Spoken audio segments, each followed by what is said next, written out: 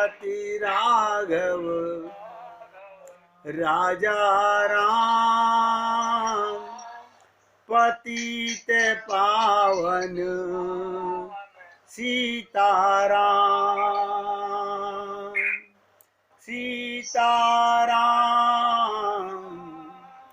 सीताराम भज प्यारे मन सीताराम सीताराम सीताराम भज प्यारे मन सीताराम रघुपति राघव राजा राम पतित पावन सीताराम रघुपति राघव राजा राम पतित पावन सीताराम सीताराम सीताराम भज प्यारे मन सीताराम सीताराम सीताराम भज प्यारे मन सीताराम बोलिए सियापति रामचंद्र भगवान की जय राघवेंद्र सरकार की जय जय श्री राधे जय जय श्री राधे। सभी भक्तों से निवेदन, सत्संग के प्रत्येक शब्द को हृदयंगम करने का भरसक प्रयत्न कीजिए। ये कब पॉसिबल है? जब हम चित्त एकाग्र करके सुनेंगे। चित्त एकाग्रता का मतलब क्या है? अपने मन को सत्संग के अलावा कहीं और ना जाने दिया जाए। किसी ने संत से पूछा कि भगवान की कृपा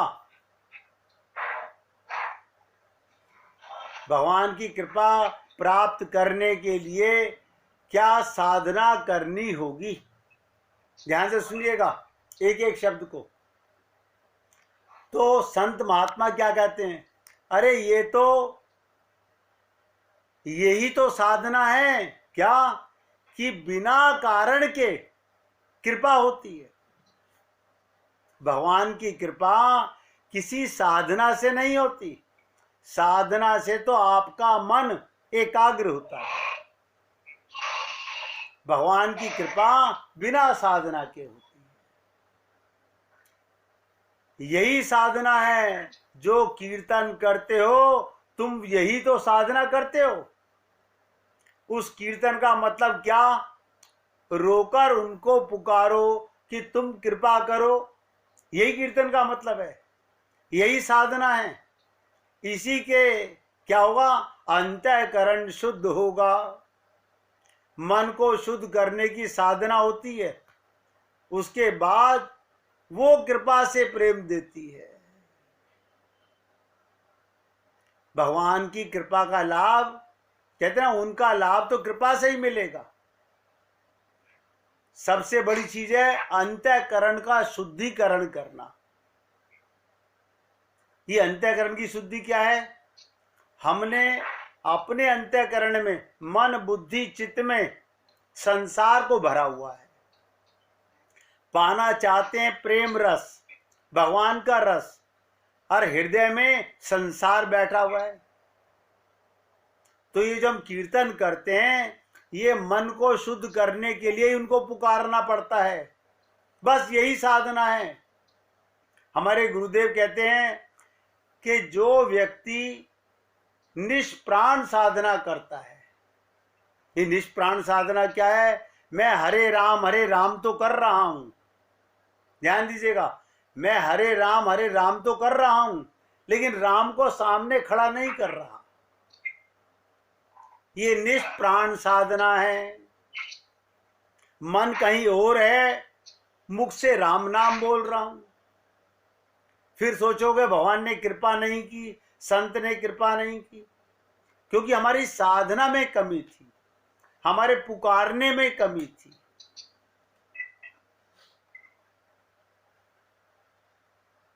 आप सोचिएगा, रोना कोई दाम नहीं है। जो कहते ना, पुकारो रो के गोविंद राधे, ना भूलो मन पल छिन आधे। तो पुकारना, ध्यान से सुनिएगा इस बात को, रोना कोई दाम नहीं है कि आप कीमत दे रहे हो। अगर रोने से कुछ मिलता होता तो दुकानदार के पास जाके रो कि भाई साहब हमें कार दे दीजिए, हम बैठ के तुम्हारे घर पे रोएंगे, क्या वो तुम्हें कार दे देगा? आप किसी दुकानदार के पास जाके बैठ के रोने लगो कि मुझे तू सोने का हार दे दे, क्या वो दे देगा? वो कहेगा पहले भाग जाओ, दाम लेकर के आओ। तो हमारे पास दाम है ही नहीं, हम देंगे क्या भगवान को? ध्यान से सुनिएगा, भगवान को पाने के लिए आपके पास क्या कीमत है? कोई कीमत नहीं है। वो दिव्य प्रेम, बहुत ध्यान से सुनिएगा, हमारे पास दाम नहीं है। वो दिव्य प्रेम भगवान का, हमारी इंद्रियां, हमारा मन, हमारी बुद्धि, हमारा शरीर सब गंदा है। इसे गंदा क्यों बोला गया? ये पंच महाभूत का बना है, इसका जन्म होता है, इसकी मृत्यु होती है। हम क्या दे सकते हैं भगवान को? आप सोचिएगा, आपके पास क्या है देने के लिए? वो दिव्य प्रेम लेने के लिए। इसलिए साधना मूल्य नहीं है, साधना केवल बर्तन बनाने के लिए। मन का बर्तन शुद्ध कर लो, उसमें दिव्य सामान उसकी कृपा से अपने आप आ जाएगा। मैं कई बार आपसे निवेदन करता हूं, उसका एक और एग्जाम्पल सुन लीजिएगा। पानी के ऊपर गंदगी काई जमी हुई है और पानी के नीचे हमारा सिक्का पड़ा हुआ है। अब सोने का सिक्का है तो आप क्या करोगे? उस काई को हटाओगे, तो काई के हटते ही क्या होगा? ओहो, सिक्का तो ये पड़ा हुआ। तो सिक्का दिख क्यों नहीं रहा था? सिक्का मिल क्यों नहीं रहा था? क्योंकि हमने अभी काई पानी पे से हटाई नहीं। इसी प्रकार हमारे हृदय में भगवान सदा से बैठे हुए हैं। कहते ना, हरि व्यापक सर्वत्र समाना, प्रेम ते प्रकट होई मैं जाना। तो अंतःकरण का शुद्धिकरण जब तक नहीं होगा, हम प्रयत्न करते रहें, मंदिर मस्जिद कहीं भी भटक लें, नतीजा ठन ठन गोपाल है। ये बात मैं अनेक बार आपसे निवेदन करता हूं।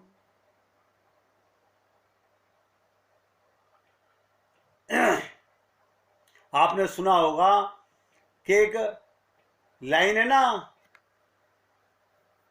जगत से कैसा नाता रे। आप सोचिएगा, जब कोई इंसान इस दुनिया से विदा होकर जाता है, उसके कपड़े, उसका बिस्तर, उसके द्वारा इस्तेमाल किया हुआ चद्दर, तकिया, सामान उसके साथ घर से बाहर निकाल दिया जाता है। पर कभी किसी को देखा? ये हमारे पिताजी का मकान था, अब हम मकान छोड़ के बाहर निकल जाएं, मकान की रजिस्ट्री उठा के बाहर रख दें, ये पिताजी का कमाया हुआ धन है, इसे बाहर रख दें। धन दौलत प्रॉपर्टी, उसका घर, उसका पैसा, उसके हीरे जवाहरात आदि, इन सबको क्यों नहीं छोड़ते? सोचिएगा इस बात को। बल्कि उन चीजों को तो ढूंढते हैं मरते हुए, हाथ पैर गले से खोज खोज कर, खींच खींच कर निकालते हैं। अगर किसी के माँ बाप के हाथ में हीरे की अंगूठी हो, सोने की अंगूठी हो, और उसका हार्ट फेल हो जाए और डॉक्टर बोल जाए कुछ नहीं है, तो आप सबसे पहले वो हीरे की अंगूठी ताकत से निकालते हो और खींचकर चुपके से जेब में डाल लेते हैं। वसीयत की तो मरने वाले से भी ज्यादा चिंता है। इससे पता लगता है आखिर रिश्ता किन चीजों से है। कड़वे शब्द बोल रहा हूं, इसलिए पुण्य परोपकार और नाम की कमाई करो, इसे कोई ले नहीं सकता। आपने भगवत प्रेम कितना कमाया वो आपसे छीन नहीं सकता। हम आपसे रोज निवेदन करते हैं, आप और हम लोगों को जो सत्संग की कृपा मिल रही है, ये हमारे पूर्व जन्मों की कमाई है। बताइए हमारा कौन सा धेला खर्च हो रहा है इसमें? भगवान दे रहे हैं। ये कमाई तो पुण्य की, परोपकार की, नाम की कमाई, इसे कोई ले नहीं सकता, चुरा नहीं सकता। यही कमाई ऐसी है जो जाने वाले के साथ जाती है। अन्यथा हाड़ जले जू लाकड़ी, केस जले जू घास, कंचन जैसी काया जल गई, कोई न आयो पास, जगत में कैसा नाता रे। भाई मैं तो आप लोगों से निवेदन कर रहा हूं, अभी जागने का मौका है, जागने का मौका है। ये रोज जो हम आपसे निवेदन करते हैं कि ममता मोह आसक्ति का त्याग करो, किस लिए करते हैं? कि ये टेम्परेरी संबंध हैं, प्रेम को समाप्त नहीं करना, मिटने वाले से प्रेम नहीं करना, ये समझ लो। जो मिटने वाला है उससे आप और हम प्रेम कर रहे हैं। हमारे गुरुदेव कहा करते थे कि राधा कृष्ण राम सीता के लिए एक आंसू बहाने मात्र से वो 1000 आंसू बहाते हैं। काश हमारी इस वाणी पर आप भक्त लोग विश्वास कर लें तो आंसू बहाते थके नहीं। सीखिएगा, भगवान को पाने की कीमत केवल आंसू है। और आंसू ध्यान से सुनिएगा, पैसे देना आसान है, धन देना आसान है, आंसू आते नहीं। लोग कहते हैं हम रोना तो चाहते हैं भगवान के लिए, उसका कारण है आंसू आते क्यों नहीं? क्योंकि अभी हमने अपना संबंध भगवान से नहीं बनाया हुआ है। किसी का बच्चा खो जाए तो माँ बाप कैसे रोते हैं? माँ कहती है आज घर में खाना नहीं बनेगा। जब तक बेटे को ढूंढ के नहीं लाओगे खाना नहीं बनेगा। क्यों रो रही है बैठ करके? कारण क्या है? उसके साथ संबंध माना हुआ है, अपने आप आंसू आ रहे हैं।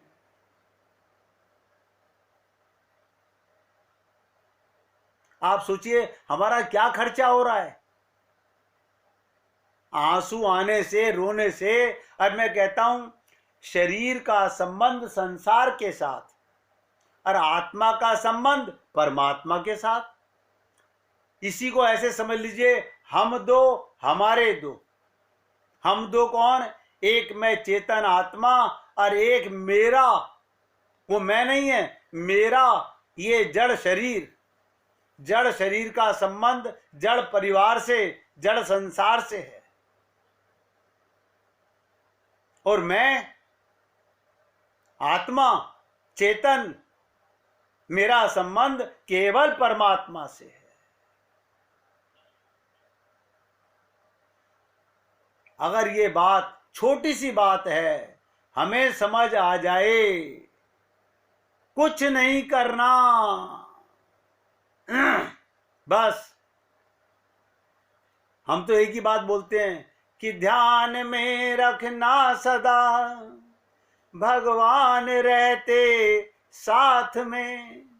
बताइए, आप 24 घंटे अपने आप को कभी भूलते हैं? बार बार सोचिए, कोई व्यक्ति ऐसा है संसार में जो स्वयं को भूलता हो? जब स्वयं को नहीं भूलते तो अपने को कैसे भूल जाते हो? हम लोगों को विदेश में, परदेश में रहने वाले परिवार की याद तो आती है, और जो आपके अंतःकरण में बैठा हुआ है, नित्य प्राप्त परमात्मा है, उसकी याद नहीं आती।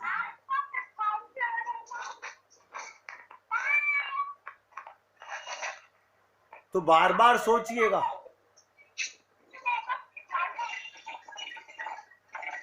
अशोक जी, अपने स्पीकर बंद कर लो भाई। तो निर्भय होकर उनसे कहो कि तुम हमारे होकर भी हमें अब तक क्यों नहीं मिले। क्या भगवान कृपण है? भगवान निष्ठुर है? क्या भगवान को हम पे दया नहीं आती, जिसने कृपा करके ये मानव चोला दिया?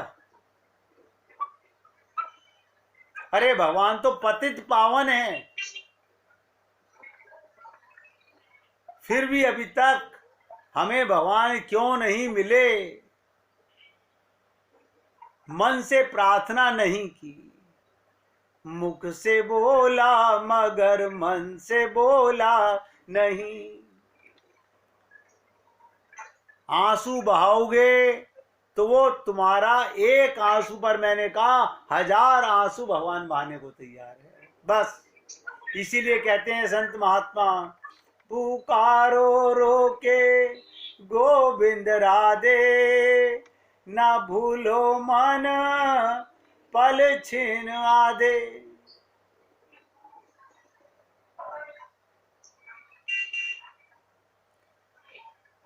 गीता के, ध्यान से सुनिएगा, गीता के 13वें अध्याय में भगवान शरीर और आत्मा दोनों का संबंध बता रहे हैं। कहते हैं देह और आत्मा का संबंध ठीक इस प्रकार से है। कैसे संबंध है? जिस प्रकार दो विपरीत दिशाओं में जाने वाले व्यक्तियों का रास्ता है, और हम लोग आत्मा होते हुए अपने को देह मानते हैं। मैं तो कई बार सोचता हूं, हमारी इससे बड़ी अज्ञानता और कोई नहीं हो सकती। संत महात्मा हम में पुण्य आत्मा देख लेते हैं, वो हमसे निवेदन करते हैं, हे पुण्य आत्माओं। क्यों? आप कहोगे उन्हें शरीर नजर आ रहा है, वो आत्मा क्यों बोल रहे हैं? उन्हें मुर्दा नजर नहीं आ रहा, उनमें आंखें हिलती हुई, सत्संग में बैठी हुई आत्माएं नजर आती हैं। ये अंतर है हमारी दृष्टि में और संत की दृष्टि में। अब बहुत ध्यान से समझिएगा, देह और आत्मा का संबंध कभी नहीं हुआ। आपका आपके देह के साथ संबंध है नहीं, केवल माना हुआ है। अगर ये बात हम पूर्ण श्रद्धा, पूर्ण विश्वास के साथ मान लें, तो कोई ताकत नहीं कि भगवत प्राप्ति से हमें वंचित रहना पड़े। ये दो विपरीत दिशाओं में जाने वाले व्यक्तियों के रास्ते के आमना सामना हो जाता है। देह और आत्मा में उतनी ही समानता है जितनी समानता प्रकाश और अंधकार की है, जीवित और मृत की है। आत्मा कभी मरती नहीं और शरीर आपके कारण चेतन है। आपको लगता होगा मेरा हाथ तो उठ रहा है, मेरी आंख तो देख रही है। अरे आपके कारण, वरना तो ये जड़ शरीर है, ये तो मुर्दा शरीर है।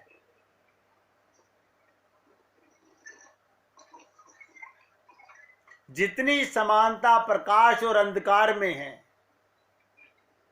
जीवित और मृत में है, देह और आत्मा में उतना ही बड़ा अंतर है। ध्यान से सुनिएगा, एक विशेष बात बता रहा हूं।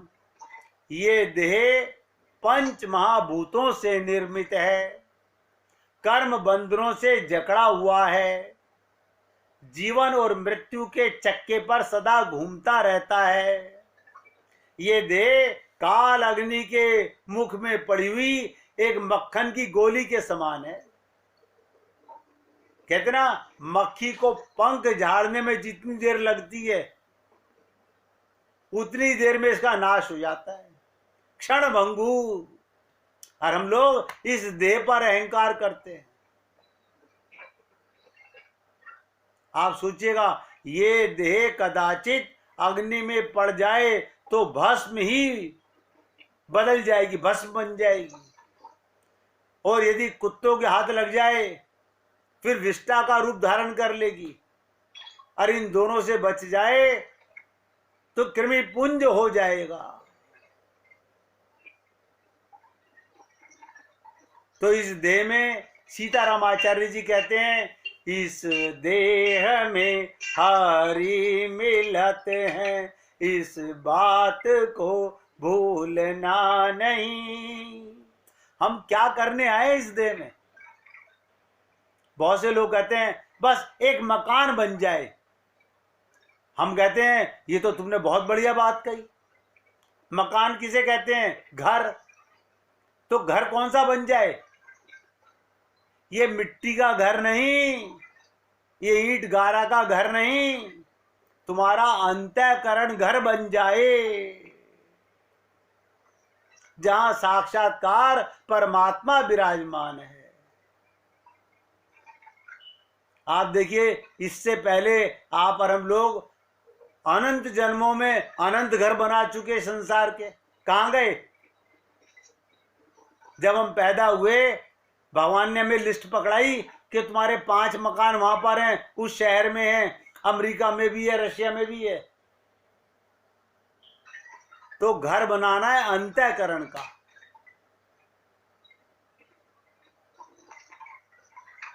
यही देह की कहानी है। पर रही बात आत्मा की, उसके साथ ऐसी बात नहीं है। वो तो अनादि होने के कारण शाश्वत और स्वयं पूर्ण है। वो निर्गुण होने के कारण कला सहित अथवा पूर्ण ही है। इसलिए आपसे निवेदन करता हूं कि हर पल अपना ध्यान केवल भगवान में लगा के रखो। निवेदन करना हमारा कार्य है। हमारे गुरुदेव एक दोहा बोलते थे, अहो हरि तुम मम साहूकार, अहो हरि तुम मम साहूकार, तुम रे ऋणी उऋण नहीं हो सके, तुम रे ऋणी उऋण नहीं हो सके, अगणित जन्म मझार, अहो हरि तुम मम साहूकार। देखिएगा, अगर संत महात्मा ये जो हमारे लिए पूंजी दे जाते हैं, इनकी कीमत हम अनंत दे करके भी पूरा नहीं कर सकते। कृपालु जी के इस का भाव क्या है? हे श्याम सुंदर, तुम मेरे साहूकार हो, तुम मेरे साहूकार हो और मैं तुम्हारा कर्जदार हूं। तुम्हारे अकारण उपकारों के ऋण से मैं अनंत जन्मों से भी ऋण नहीं हो सकता। हे करुणा वरुणाल्य प्रभु, तुमने अकारण करुणा करके परिणाम स्वरूप मनुष्य शरीर दिया है। रामचरितमानस में आप लोगों ने अनंत बार सुना कि कबहू के करी करुणा नर देही। ये मिल गया करुणा से। और संतों ने कहा इस देह में हरि मिलत हैं। हम हरि से मिलने के लिए व्याकुल नहीं है, हम संसार का सामान इकट्ठा करने में व्याकुल हैं। अकारण करुणा के ही परिणाम स्वरूप मनुष्य शरीर दिया। फिर सोचो, फिर स्वयं वेदों को प्रकट करके अपनी प्राप्ति का मार्ग बता दिया।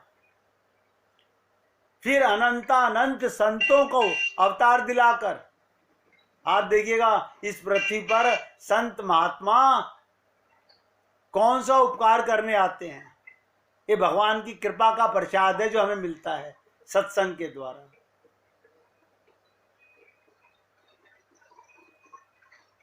बार बार हमें संत महात्मा जगाते हैं। मुझे याद है जब मैं छोटा था तो गली के अंदर साधु महात्मा की टोली आती थी और वो गांव गांव घूम के गाते थे, उठ जाग मुसाफिर भोर भई अब रैन कहाँ जो सोवत है। हम ये सोचते थे उस समय जब बच्चे थे, ये हमारा तो, हम तो मकान में रहते हैं अपने घर में, मुसाफिर तो ये हमें क्यों उठा रहे हैं। अब एहसास होता है हम मुसाफिर हैं, हमें जागना है। ये संसार मुसाफिर खाना है। इसलिए संत महात्मा कहते हैं, जब भी, नोट करो, इस नीच मन ने मेरी नहीं सुनी, हे श्याम सुंदर अब तुम ही हमारी पुकार सुनकर हमें अपना लो। हम लोग भगवान को देने आए हैं। हम क्या कहते हैं, मैं भगवान को सवा मनी दूंगा। मैं बार बार निवेदन करता हूं, एक मन नहीं दिया जा रहा, सवा मन कहां से लाओगे।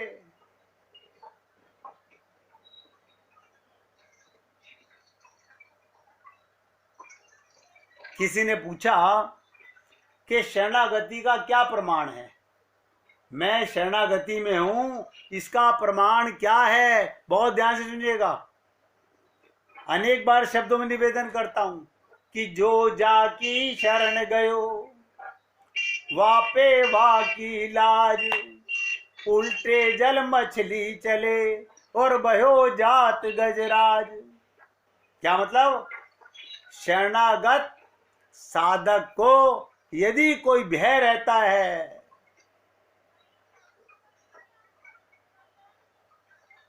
तो किस बात का भय रहता है, उसके चित्त से, हृदय से प्रियतम परमात्मा की विस्मृति ना हो जाए। इसीलिए हमारे गुरुदेव ने कहा कि सुमिरन कर ले मना, छिन छिन राधा रमना, हरि गुरु दोई अपना, गहु इन के ही शरणा। मैं तो भैया आप लोगों से निवेदन कर रहा हूं, केवल ये गा लेते हैं हम, ये चोला बड़ा अनमोल मिलता है मुश्किल से। अरे अब तो मिला हुआ है, जो मिला हुआ है उसका भी हम सम्मान नहीं कर पा रहे।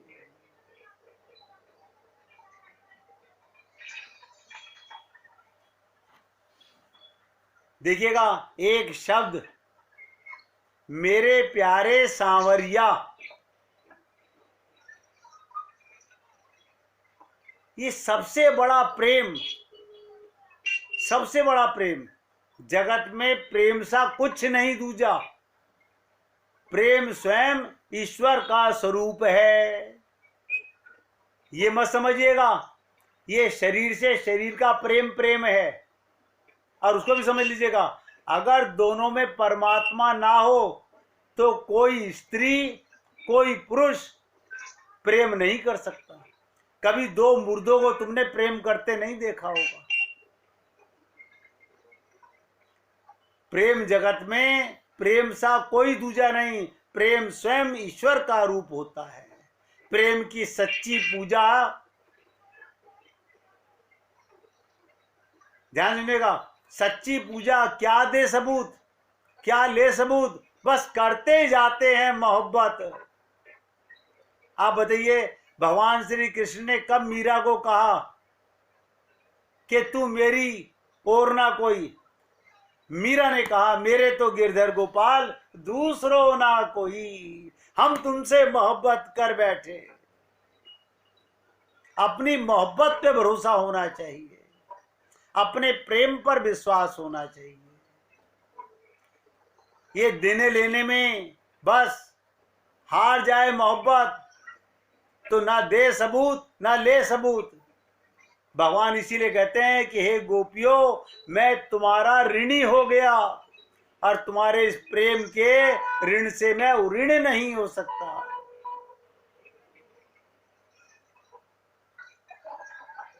तो हमें करना क्या है, ध्यान दीजिएगा, बस दिल की धड़कनों में अपने प्रीतम की मोहब्बत को बसा के करते जाएं मोहब्बत।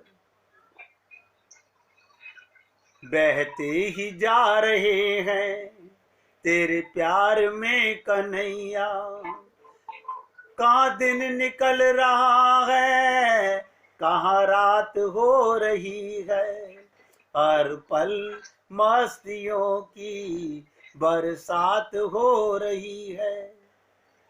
जहाँ सच्चा प्रेम है, प्रेम का मतलब मैंने कहा लेना देना नहीं। ये जो संसार का प्रेम है ना, ये व्यापार है। प्रेम माने होता है देना।